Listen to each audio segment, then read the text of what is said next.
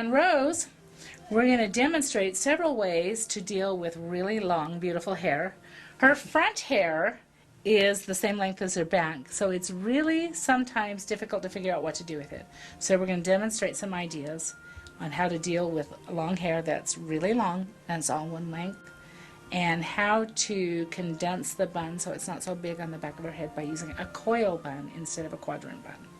Okay, we're going to go ahead and we're going to start just like we usually do. We're going to part her hair down the center.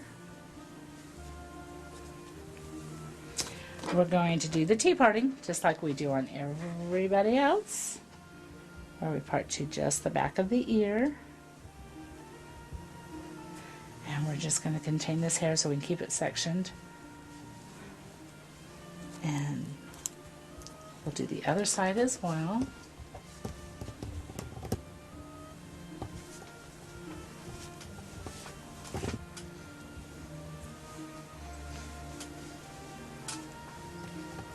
Okay. Now we're also going to show several other demonstrations while we're working with her hair. We're going to go ahead and brush this so it's neat and then spray it. And we're putting this hair in the center just like we normally do. And I'm going to go ahead and ponytail it. If I can't get the coil to sit flat, then I'll end up taking the ponytail out, but we'll just see what it wants to do today. Rose's hair is very, very fine. We're going to add some hairspray to it. She washed her hair this morning, so we're getting a little bit of static electricity. So as we work, we're going to go ahead and put some hairspray in it so that we can control it. I am going to tease it a little bit when we work in the front. The nice thing about working with this long, beautiful hair is it's very easy to get the period swoop, as we call it. And we're just going to add a little bit of softness. So we're going to back comb the underside down by her ear and just smooth it out slightly. And what I'm going to do is make sure that this front edge is combed, and there's not a lot of back combing sitting right there. But I'm going to set my comb right in here and just lift up on it. And what it does is it gives a lot of movement. We want to cover half of the ear. And we're going to go ahead and just anchor this momentarily right here. But we're going to pin it there. And then we're going to braid this hair and use it somewhere else in her hairstyle. Okay, I'm going to go ahead and spray it and just smooth it down. And we're going to bobby pin this, and we want to really have some strength in this bobby pinning, so we're going to do some X's with our bobby pins and anchor over each other, and that will really help to hold this hair in place. Probably 3 will do.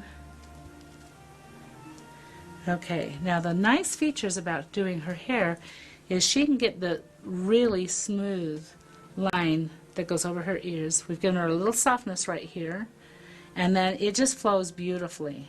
And then these pins may end up being taken out after we braid it, but we're going to go ahead and jump and put the other side in, then we'll come back and decide what we're going to do with it. Okay, when we pulled these up and we pinned these, I went ahead and I braided both of these little strands of hair, and I tried to flatten out the bobby pin so that I could get the braid to start up in here. And as I was playing with it, I realized that if I loop these and hang them down there and then just hide all of this rest of it under her bun, that it is going to look very nice.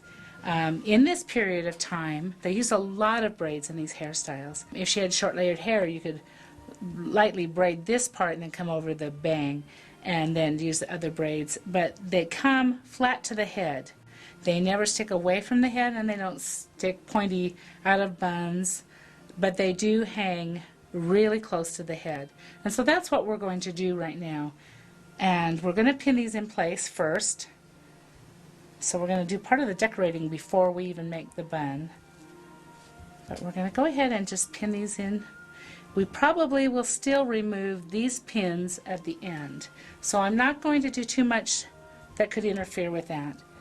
But we're just going to simply turn these around the same length and kind of keep the pins toward the center so that if the bun doesn't come too far out, then it'll all be hidden underneath the bun.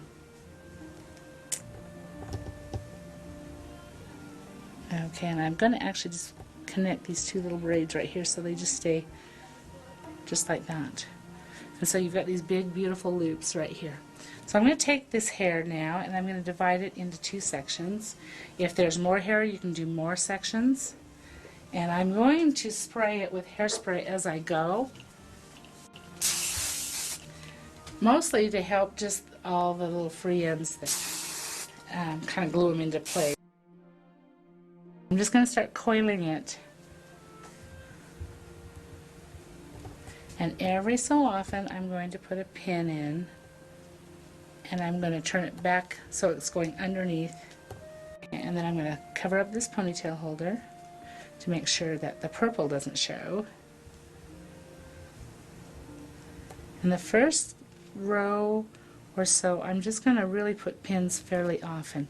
As you get out a little ways, you can also use hairpins, which is lighter in weight than the bobby pins are.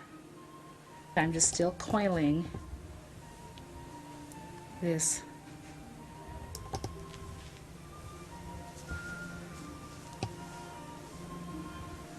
Okay, when we come around this time, I'm going to pick up the rest of that hair. Okay, so I'm just going to kind of encompass this in this hair right here and just pick it up and continue that coil. You can do it all in one, but sometimes there's too much hair. It makes too big a coil to control. If it's too thick, then just divide the coils down a little bit. And then just work on how this lays in, where you added the extra hair in. Flatten it just a little bit more. You can take care of a lot of very heavy hair fairly easily by coiling it, and it really looks very pretty, and you can tell that's how they took care of a lot of the hair in the period when they just had too much hair. Okay, and the braids hang out below. It's nice when you have longer braids because then they show and they hang longer. And I'm just going to take that, one more bobby pin, and I'm just going to tuck those little ends in and leave them there. Okay, one more right here for that joint and just flatten that a little bit more. Okay. These pins I could actually leave in. These pins I can't.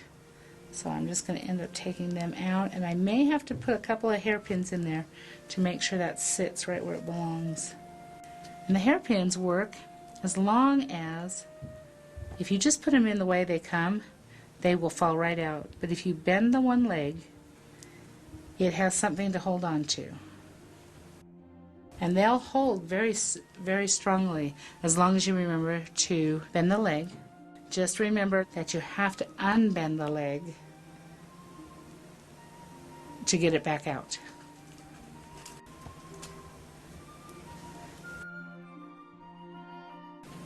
There. And then use a freezing hairspray. There are hairsprays that are designed to work with the humidity, and they hold very, very well in the humidity of Nauvoo. I'm just going to put one more little hairpin right there to just hold that braid right there.